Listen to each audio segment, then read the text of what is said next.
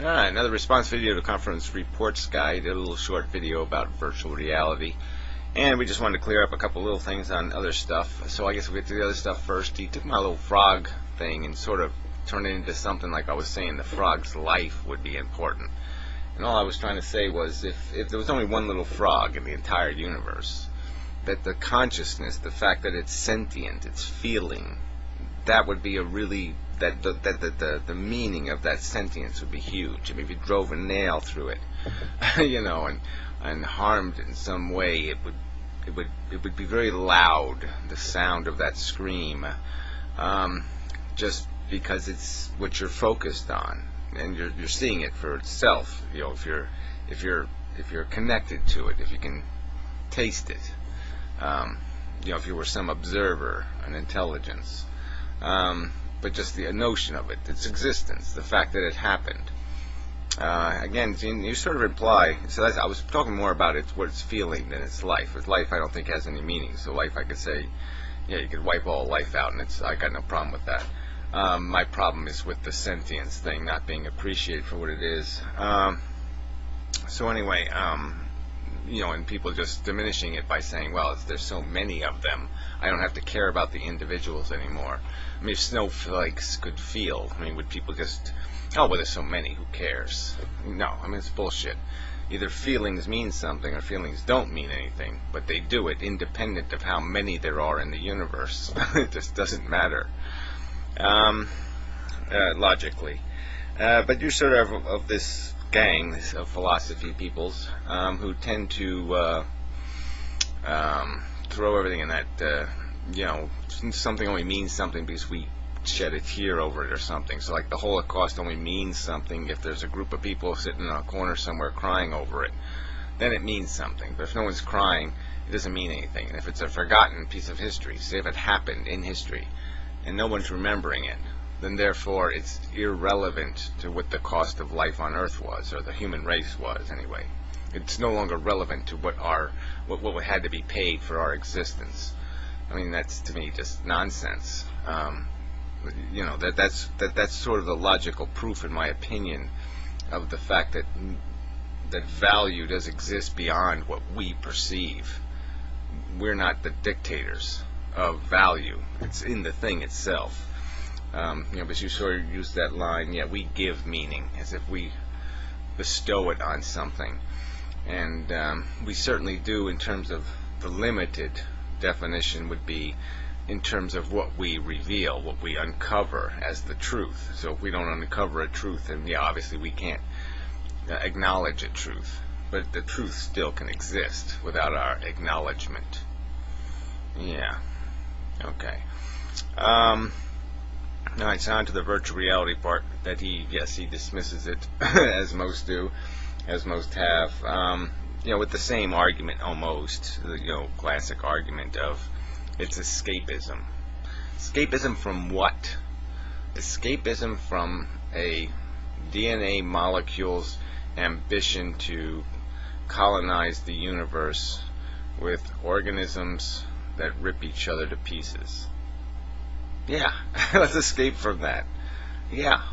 What's the problem with escaping from that? I mean, it's using consciousness in this kind of malicious way. I mean, I know it's not intentional, but it's this very cruel use of consciousness.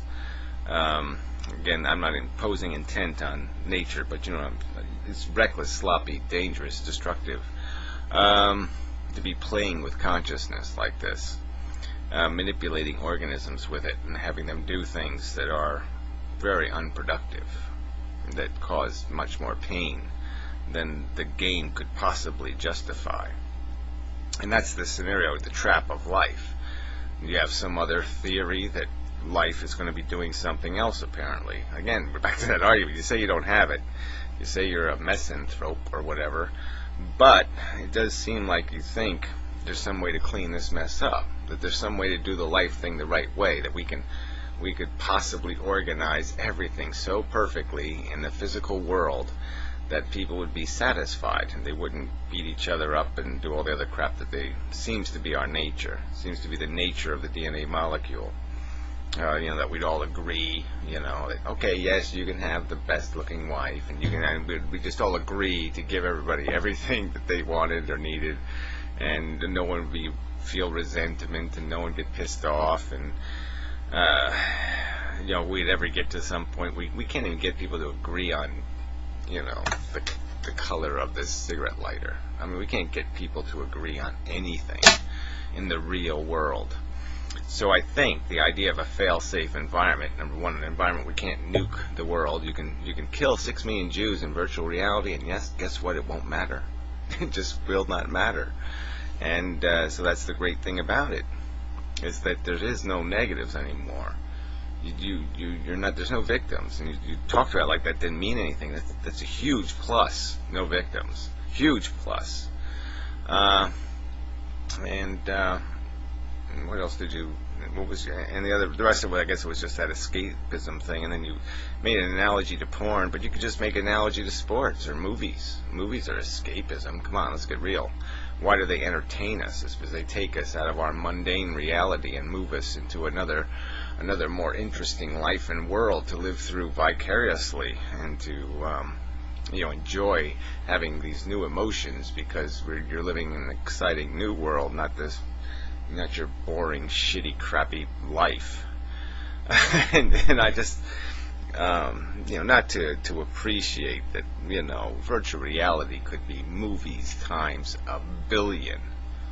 I mean, come on, interactive movies.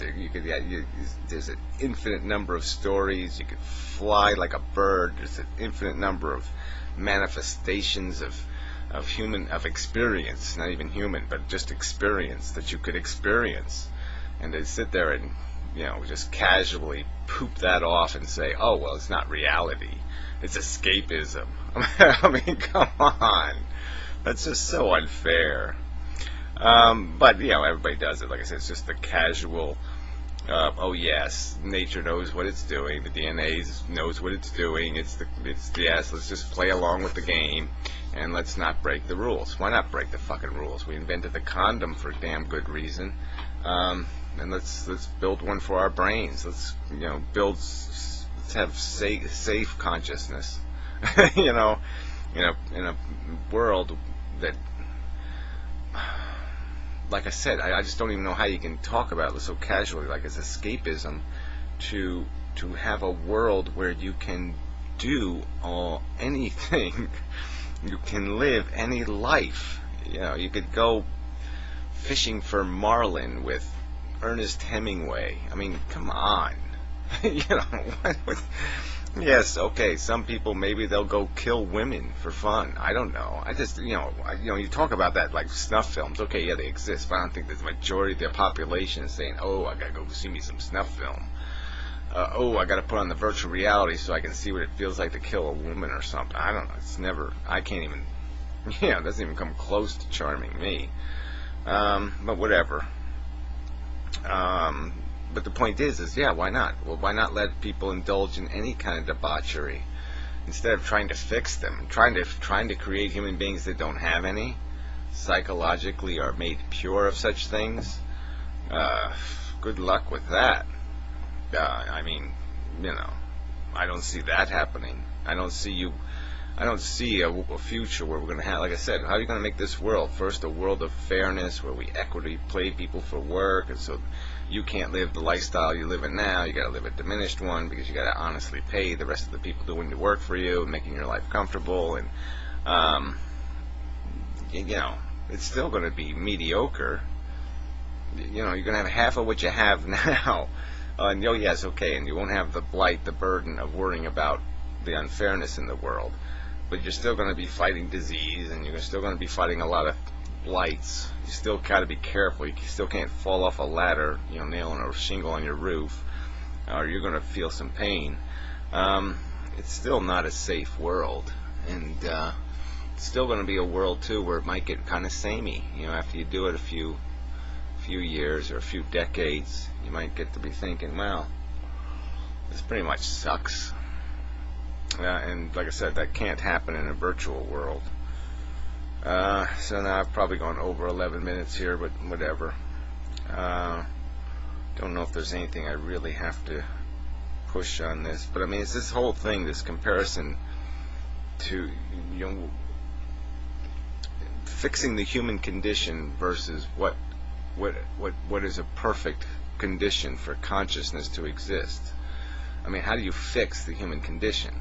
We are built to be unsatisfied most of the time. We're not built to be satisfied and comfortable. So I don't know how you exactly fix that condition unless you create some kind of grocery store, some sort of movie that never ends. You know, instead of a 2-hour movie, the movie's, 3 months. And it keeps you in the game. And let's face it, if it wasn't for the necessities, to put food on your table and to, just take care, keep your life organized enough, pay your bills and cook your dinner and all the other crap that you have, go to the bathroom and do all the other stuff you do. I mean,